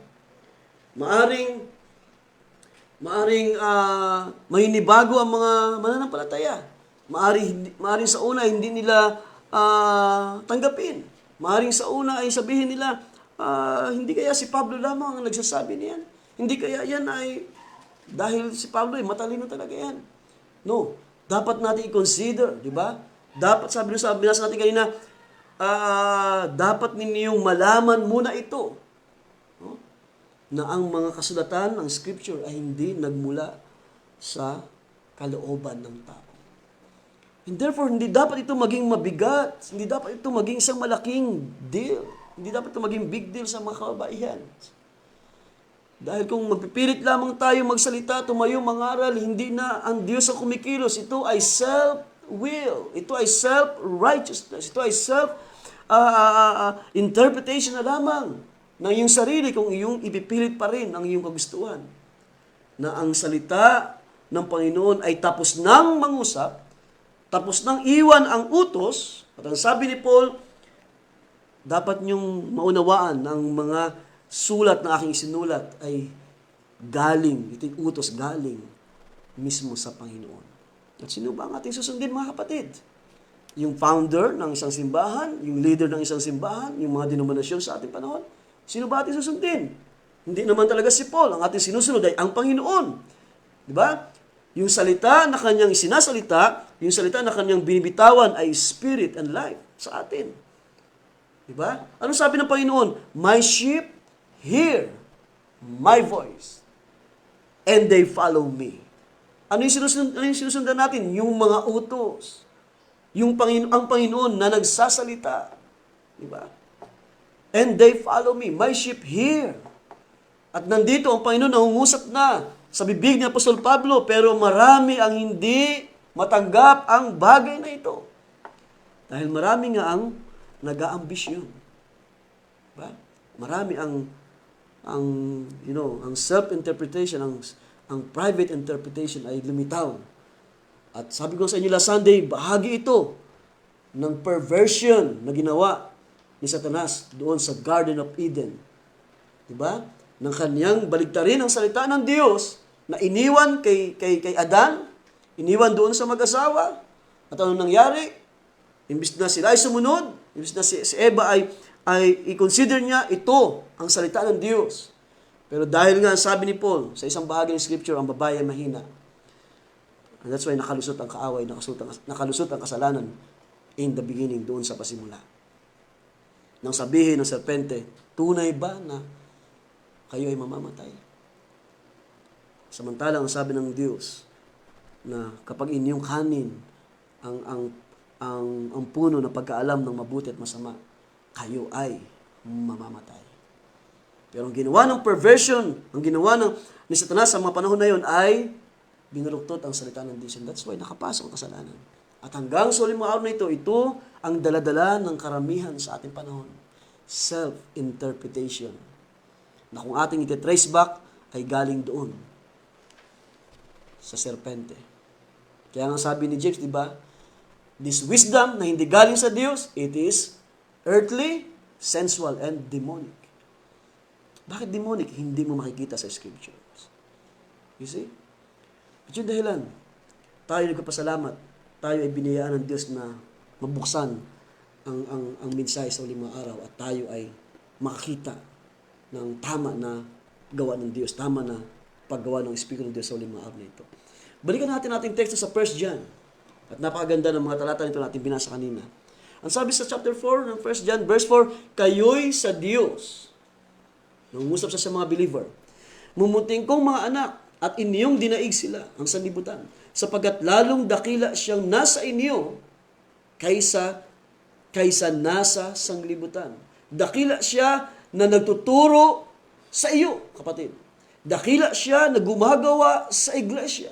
Dakila siya, makapangyarihan siya na nagtuturo, na nag-guides. Dakila siya na kumikilos sa buhay natin. Dinadala tayo sa tama, sa ayos. Inaayos, pinatitibay ang iglesia. Tinutuwid ang mga maling kaisipan. You see? Dakila siya na nasa iyo kaysa sa nasa sanglibutan. Sila'y sa sanglibutan. Tinutukoy rito yung mga unbeliever, mga sinners. Sila'y sa sanglibutan. Kaya tungkol sa sanglibutan ang sinasalita nila at sila'y dinidinig ng sanglibutan. And then, binalikan ni John ang mga mananampalataya, tayo nga'y sa Diyos. O sino sa inyo sa gabi ito magsabi na kayo nga ay sa Diyos? Di ba? Binasa natin last Sunday. Sabi doon sa aklat ng Romans, na we live and move in Him. At doon sa uling bahagi na binasa natin na tayo ay sa lahi ng Diyos. Sino mang pinananahan ng Espiritu ng Diyos, sila ang mga anak ng Diyos. You see? Tayo nga sa Diyos, verse 6, ang nakakakilala sa Diyos ay dumirinig sa atin. You see? That's why, sabi ng paksa natin, whoever knows God hears the apostles' teaching. Ang nakakilala sa Diyos ay dumirinig sa atin. Ang hindi sa Diyos, yung may mga self-interpretation, ang hindi sa Diyos ay hindi dumirinig sa atin. Ibig sabihin, hindi nila pinapakinggan yung utos ng mga apostol, na hindi sila ito, kundi ang Panginoon ang nagsasalita, ang nagtuturo sa iglesia. Sabi ito, tayo ngayon sa Diyos, ang nakakilala sa Diyos ay dumirinig sa atin. That's why we hear. We heed to the word of the apostles. Sumusunod tayo sa lakad, kung ano yung nilakaran ng mga apostol, yun yung nilalakaran ng iglesia sa uling mga araw na ito. Dumirnig, sabi niya, ang hindi sa Diyos ay hindi dumirnig sa atin. Dito'y ating nakikilala ang espiritu ng katotohanan at ang espiritu ng kamalian. You see? Church, wala ko hindi ito magiging mabigat sa mga ang stand ay nag-aalaw sa mga woman preacher. Dahil napakaganda ng mga salita na binasa natin. If you are of God, you will hear God. Napakasimple. Kung ikaw ay sa Diyos, ikaw ay makikinig sa Diyos. You will listen what the Lord says. Ano man ang utos, ano man ang command na iniwan sa mga apostol, ay hindi ka mahihirapang sundin dahil ikaw ay sa Diyos. Ang kumikilos sa iyo ay hindi yung ikaw mismo, hindi na ikaw. Sabi nga ni Paul, hinubad natin ang ating mga sarili, ibinihis natin ang katwiran ni Kristo. Hinubad natin ang ating lumang pagkatao, yung ating reasoning, yung ating mga self-righteousness, yung ating mga self-interpretation, hinubad na natin yan. At ating ibinihis ang katwiran, ang salita. Ang Panginoon na siyang nangungusap sa iglesia sa uling mga araw na ito. You see, if you are of God, napakalinaw ng Scripture, makikinig ka sa mga lingkod, makikinig ka sa mga utos ng mga apostol, makikinig ka sa mga salita ng Panginoon. You see? And instead, kung ikaw ay sa Panginoon, you will only speak, you will only teach, and you will only preach what the Word of God speaks about. You see? And that's why, mga kapatid, sa ilang mga sandali, si Apostol Pablo ay nakita natin na hindi siya nagsalita sa kanyang sarili. Yung utos doon na bitawan niya sa verse 34, para sa akin yun ay without any private or self-interpretation na nakita natin sa Scripture. At napagandang mga talata itong pinunta natin sa aklat ni John. Dahil dito, nakikita natin yung spirit of error, sinabi roon sa dulo, and the spirit of truth. See? Na ito ay kumikilos, gumagawa sa uling mga araw, diba? Gumagawa sa mga tao yung spirit of truth o spirit of error sa mga unbeliever, and at the same time sa mga anak ng Diyos may spirit of truth na kumikilos. At ang pagkilos nito para sa atin, ang pagkilos na ito ay pagsunod. Dinadala tayo sa pagsunod. And while yung spirit of error naman na nakita natin ay ay patuloy na pagsuway naman sa mga salita ng Diyos, sa mga doctrine ng mga apostles. You see? Pero tulad na sabi sa inyo kanina, hindi ito madaling, hindi ito isang mahirap na bagay na intindihin. Kung ikaw ay nakaunawa, nakakilala sa Diyos, tulad sinabi ni John, then you will listen. Okay? Ikaw ay makikinig. Hindi mo ilalayo ang iyong sarili, hindi mo ipipilit ang iyong, ganito yung aming nakita. Ito yung sabi ng aming founder. Yun ang problema. Diba? Ito yung sabi ng aming pinuno. Diba? Pero sa atin, ito yung sabi ng Scriptures. This is what Apostle Paul says. This is what the Lord says. Hindi si Apostol Pablo na nag-uutos, kundi ang Panginoon na siya nag-uutos sa iglesia. So, dalawang bagay makita natin dito, mga kapatid. Kung ikaw ay anak ng Diyos, ikaw ay makikinig. Sabi ng Panginoon, my sheep hear my voice. Kung ikaw ay sa Diyos, ikaw ay makikinig. Kung hindi ka sa Diyos, then ikaw ay hindi makikinig sa mga payo, sa mga turo, sa mga aral. At hindi nakapagtaka, maraming gantong case sa ating panahon. Na kahit ipakita mo na, kahit ipakita mo ang salita ng katotohanan, ituro mo ang kung ano yung tinayuan ng mga apostol, marami pa rin sa ating panahon ang nangangatwiran. Ating balikan ng verse 5, mga kapatid. Doon sa John.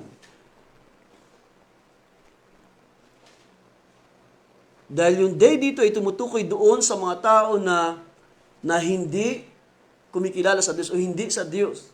Yung day dito, ito yung tinutukoy ni John na nagtuturo, those who teach twisted doctrine. Okay? Sabi niya, they are of the world and belong to it. Ito yung mabasa natin sa Amplified Bible. Yung day dito, ito yung mga tao na nagbibigay ng permiso para ang mga kababaihan nila ay magturo sa kanilang mga kasimbahanan. Pero tulad ng sabi ni John, yung sabi niya, if you will not listen to us, because if you are of God, you will hear us, sabi niya. Pero kung ikaw ay hindi makikinig sa mga apostol, then ikaw ay kabahagi dito. Kasi sinasabi ni Pablo na mayroong na nakikita natin ang spirit of error ay gumagawa nga sa mga tao nito sa huling mga araw. Sa huling mga araw. Well, tulad ng ating mababasa sa 1 Corinthians chapter 14 sa ilang mga sandali. Kung pupuntahan natin yung verse 38, ano sabi ito ni Apostol Pablo? But if anyone is ignorant, let him be ignorant. Well, para sa akin, ang hindi pagsunod, okay? Ano yung ating paksa? Those who knows God, whoever knows God, hears the apostles' teaching. Pero pagdating doon sa mga tao na hindi nakikinig sa mga apostol, okay? Ito yung mga tao na nakita ni Apostol Pablo na lumalakad sa kawalan ng kaalaman, sa kamangmangan. See? Kaya ang sabi nito ni Apostol Pablo, if anyone, ibig sabihin, itong mga tao na ito na hindi sila kikilala, yung mga tao rito na hindi kumikilala sa utos ng Panginoon, if anyone is ignorant, let him be ignorant. Kung hindi kayo makikinig sa mga turo ng apostol, then you are included to those people who are ignorant in the truth, ignorant in the Word of God. Mangmang pagdating sa katotohanan, mangmang pagdating sa kautusan ng Panginoon. At kung kayo daw ay magpapatuloy riyan, sabi ni Paul, then let him be ignorant. And then para sa atin, wala na tayong magagawa kahit pa tayo ay ipakita natin sa mga taong ito ang scriptures, pero kung mga tao talaga ay hindi talaga kikilala, hindi talaga magre-recognize ng salita ng Panginoon, then let them be ignorant, sabi ng salita ng Panginoon. At basahin ito, Ephesians chapter 4. Patungkol sa mga sabihin natin, mga ignorant o mangmang pagdating sa katotohanan. Sabi ni Apostol Pablo sa chapter 4, verse 17, ito nga ang sinasabi ko at sinasaksihan sa Panginoon. So, laging kasama yung Panginoon, mga kapatid, para ipakita na hindi si Paul ang nagsasalita. Hindi sa kanyang sarili, kundi ito ay sabi ng Panginoon. Ito nga ang sinasabi ko at sinasaksihan sa Panginoon na kayo'y hindi na nagsisilakad pa na gaya naman ng lakad ng mga hintil, mga hindi pa mananampalataya, sa pagpapalalo sa kanilang pag-iisip. So sinasabi ito ni Apostol Pablo na hindi na kayo nagsisilakad ng tulad ng mga gayon, mga nagpapalalo sa kanilang pag-iisip. Kung ating mabasahin sandali sa ESV, ganito ang sabi sa ESV version, they are darkened, sa verse 18, they are darkened in their understanding. Diba? Hindi sila nakikinig because ang kanilang kaisipan ay pinadilim.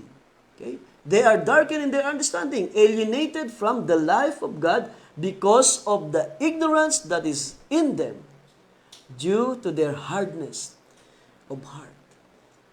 Kapag hindi ka sumusunod sa utos, then ipinapakita mo lang ang iyong puso ay matigas sa harapan ng Diyos. Hindi mo ikinukonsider kung ano yung sinabi ng lingkod ng Diyos. Hindi mo kinukonsider kung ano yung katotohanan na mayroon doon sa Scripture. At ito ay dahil sa iyong kamangmangan, because of the ignorance that is in them. At dahil sa kamangmangan na ito, ang kanilang mga kaisipan ay dumilim. And that's why kahit anong patotoo, kahit anong salita ng Diyos, kahit anong salita ng katotohanan na yung sabihin, hindi na makita ng mga tao ito sa ating panahon. Sabi sa Tagalog, nasa kadiliman ng kanilang pag-iisip ay nanghiwalay sa buhay na Diyos dahil sa kahangalang nasa kanila, dahil sa pagmamatigas ng kanilang puso. Acts 17 verse 30. Punta natin Acts 17 verse 30.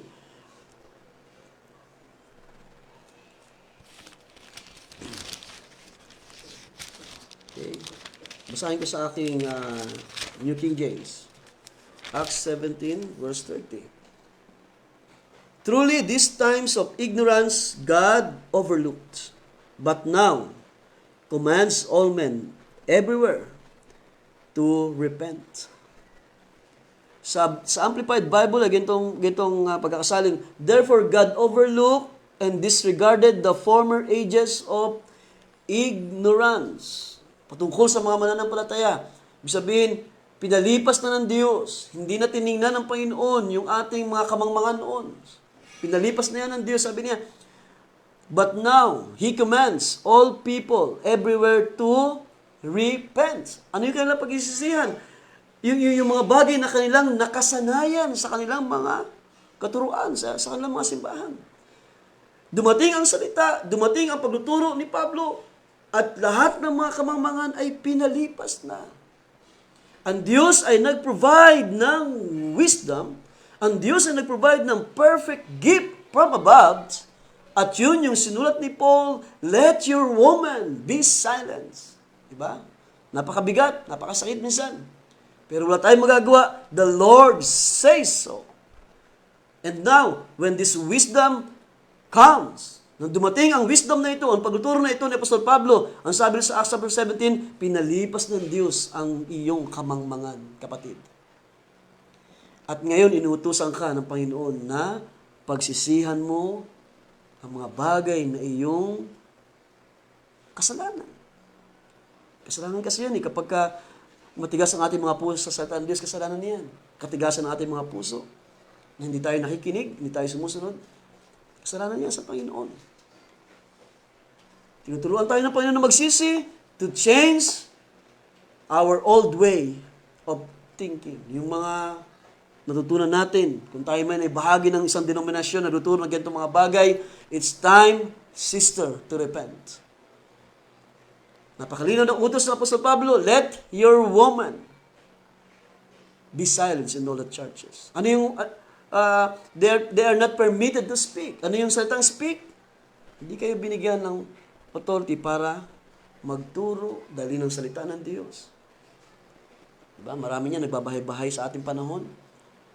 Mga sisters, karamihan, ano yun, may dadalang mga tracts nila. It's okay, mag-testify, magbigay ng mga tracts, pero hindi tayo hihigit doon mga sisters sa bagay na tayo ay dapat turuan ng salita ng Diyos. Kasi, at huwag natin kalimutan mga kapatid, kanina nabanggit ko sa inyo, ang pag-uutos na ito na binigay ni Apostol Pablo sa mga iglesia, ito ay pagpapakita rin ng posisyon ng mga kababaihan sa loob ng iglesia. Once na ang babae magpasimulang magturo, tumayo sa harap ng iglesia, ito ay nagpapakita na ng kawalan ng ayos. Ang isang babae nawawala sa tamang position. Okay? At salamat dahil may wisdom from above. Nag-aayos, nagtuturo sa atin para patibayin, ayusin ang iglesia. Okay? So balikan ko lamang yung 1 John chapter 4 ulit sa ilang mga sandali, no? Ang sabi rin ni John, we are of God. He who knows God hears us. Kung ayaw niyo makinig sa amin, well, isa lang ibig sabihin yan, na hindi kayo sa Diyos. We are of God. He who knows God hears us. He who is not of God does not hear us. But this we know, the spirit of truth and the spirit of error. Okay?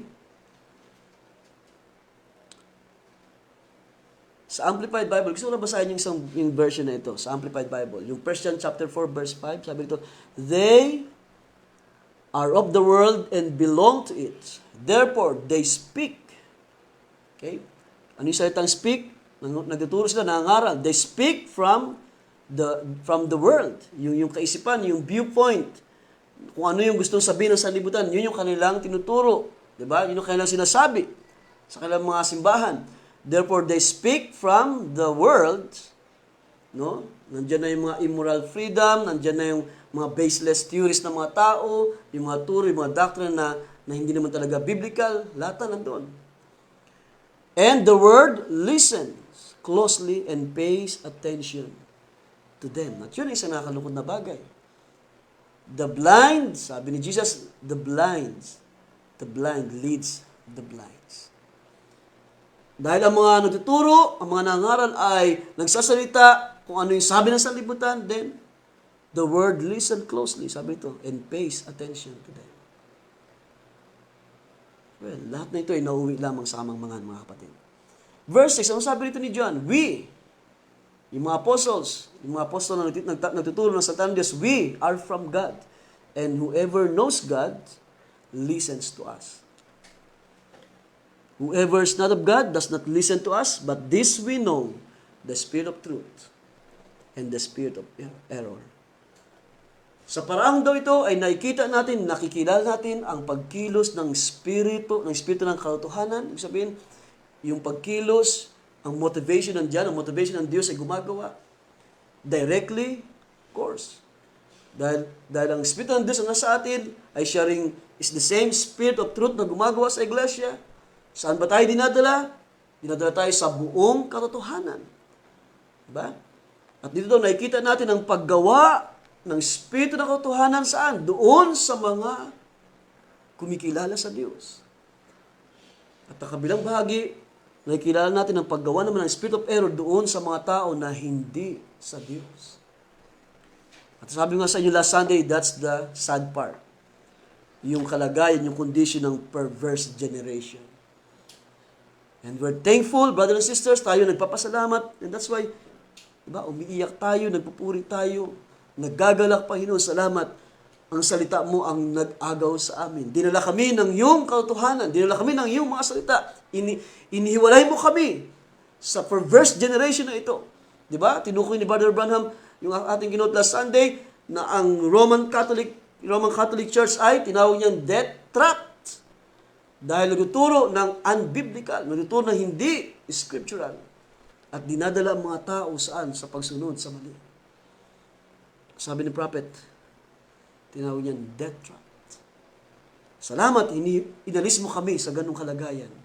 Salamat dahil nakita namin ng iyong mga plano sa buhay namin, nakita namin ng iyong perfect will. Salamat dahil bumaba sa atin, bumaba sa iglesia ang perfect wisdom, ang wisdom from above. Salamat dahil na-build tayo hindi sa kaisipan ng ating Pastor Franco noon, hindi dahil siya ay napaka-tapang sa pagtuturo sa pangalan. Well, in fact, hindi siya, kundi ang Spirit ng Diyos na nasa Kanya. Na-build ang church, natayo ang iglesia, na-establish ang gawain. Na hanggang ngayon, ito yung ating nilalakaran. Dahil tayo ay tinuruang lubos ng Diyos sa buong katotohanan sa Kanyang mga salita. Kung paano ang mga apostol ay lumakad sa pananampalataya na ito.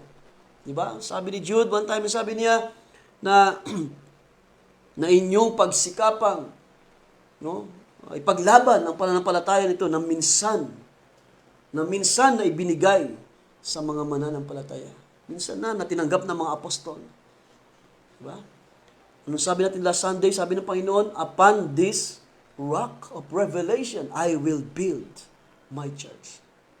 Hindi sinabi ng Panginoon, upon this doctrine ng Catholicism, doctrine ng Protestant, doctrine ng Methodist, doctrine ng Baptist. You see? Kaya sabi ko sa inyo last Sunday, hindi nag-introduce si Peter ng isang relihiyon. Ang pinakilala niya ay ang pangalan ng Panginoong Kristo Jesus. Ang sabi natin binasa kanina, ang Panginoon ngayon na nag-uutos sa atin na ang bawat isa ay magsisi. Kapatid, kung ikaw ay isa sa mga nagpipilit pa na nagtuturo sa mga kababaihan, nag-aalaw sa mga kababaihan mangaral sa iglesia, may panahon pa para pagsisihan ng mga bagay nito. Hindi ito biblical. Whoever knows God, sabi natin paksa, here's the apostles' teaching. And once again, ang woman preacher is not of God. Kung meron man tayo nakita sa scripture, mga kapatid, mga babae na ginamit ng Diyos. Sa Book of Acts, may mga binanggit doon na may ilang mga character doon na binanggit, mga kababaihan na katulong sa ministry ni Paul. Well, yun ay hindi natin isinasantabi dahil sila ay pinapakita lamang doon na sila ay part din sa ministry, may mga bahagi din sila, may mga part sila, pero hindi yun nagbibigay sa kanila ng lisensya, ng permiso, ng authority para magturo sa iglesia. Diba? Sa ibang mga church, narinig natin may mga prayer warriors. Diba? Prayer warriors, mga sisters. But it doesn't mean ay dahil sa sila ay malakas na nalangin at ang panganalangin nila ay tinutugon ng Diyos, hindi pa rin ibig sabihin na sila ay magtuturo na, tatayo na at mangangaral at magsasalita ng salita ng Panginoon. Ang ilang mga bagay maaaring puntahan natin sa Lord willing sa dati na mga gawain pa. At gusto tingnan mga kapatid ang mas malalim. Tingnan natin ang mas malalim na mga reason kung bakit hindi talaga pinahintulutan ng babae na mangaral sa iglesia. Ang Diyos ang magpala sa inyo mga kapatid sa pagkakataon na ito. Ang Diyos ang magdagdag, ang Diyos ang magkaloob pa ng wisdom, knowledge sa bawat isa.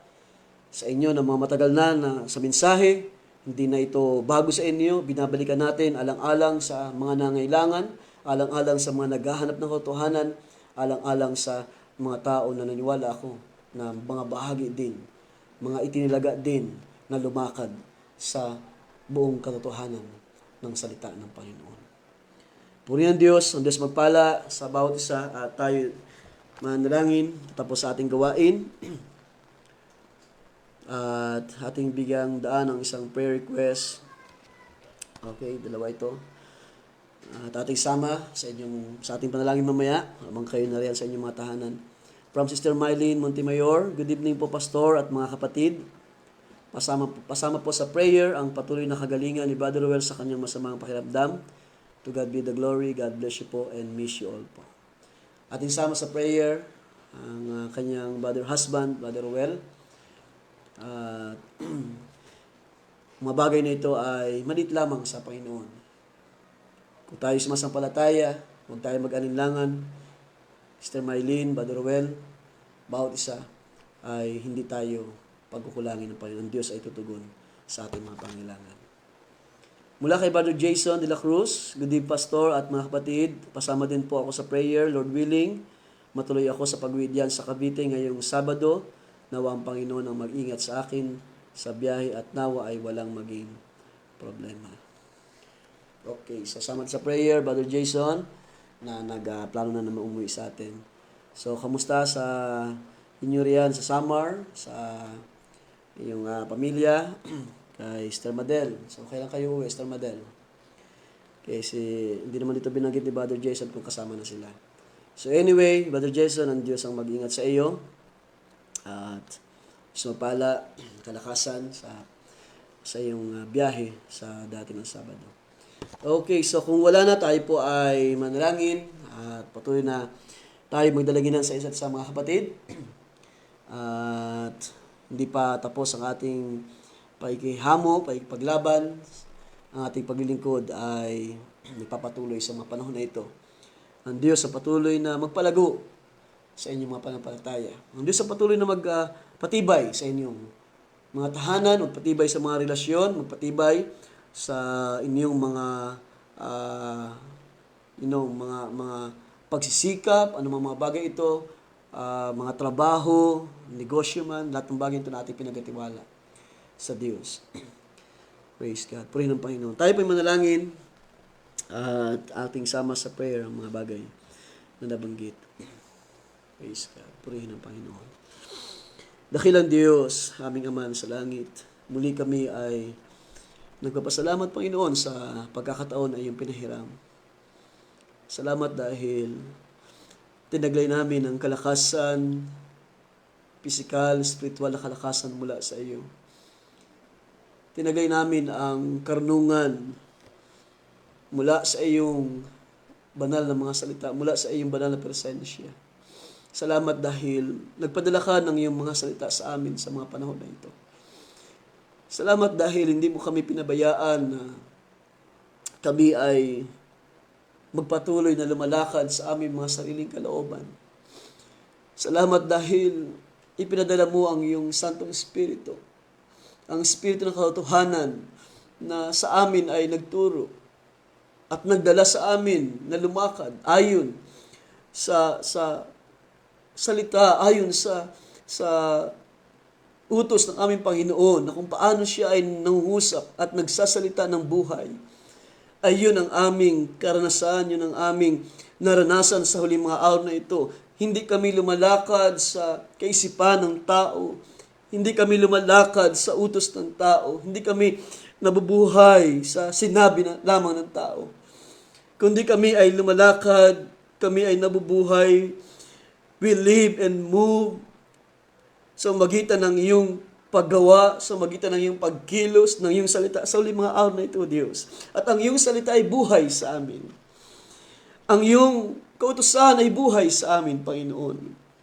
Tulad ng sabi ni Haring David, Thy word is a lamp unto my feet and a light unto my path. Napakalinaw ng iyong kautusan, napakalinaw ng iyong mga salita. Kinakailangan lamang namin, Panginoon, na sundin, kilalanin ka, i-recognize namin, hindi si Pablo, hindi sino man ang nangungusap, hindi ang tao ang nagsasalita, kundi ikaw na gumagawa doon sa iyong mga lingkod, sa iyong mga na pinahiran sa uling mga araw na ito, Panginoon. Kaya salamat sa iyong mga salita sa gabi ito, Diyos. Hindi namin nais na saktan ng sino man, kundi nais lang namin ibahagi ayon sa iyong salita, ayon sa iyong mga katotohanan ay nais lamang namin ipahayag.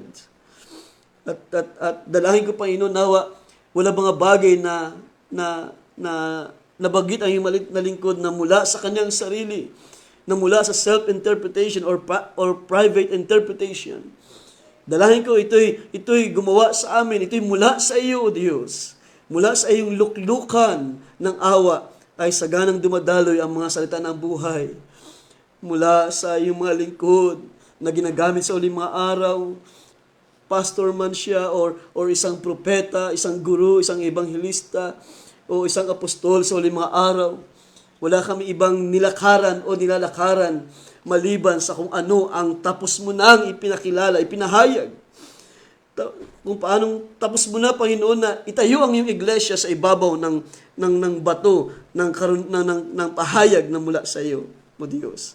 Kaya salamat, Panginoon, sa pagpapahayag ng iyong mga salita. Bless every one of us, bless them who hears your word. Bless those people, Panginoon, na maaaring ngayon lang nakarinig, nakasubaybay sa aming online service. Bless them, O God, pagpalain mo pa sila at magbukas ka ng kaisipan, magbukas ka ng mga puso, Panginoon. At alisin mo sa amin ang kataasan, alisin mo sa amin ang karunungang panlupa. At hayaan mong ibigay ang perfect gift from above, ang perfect wisdom from above. At ang wisdom na ito ay namula sa itaas. Ito ay nagdadala ng kapayapaan, nagdadala ng kaayusan.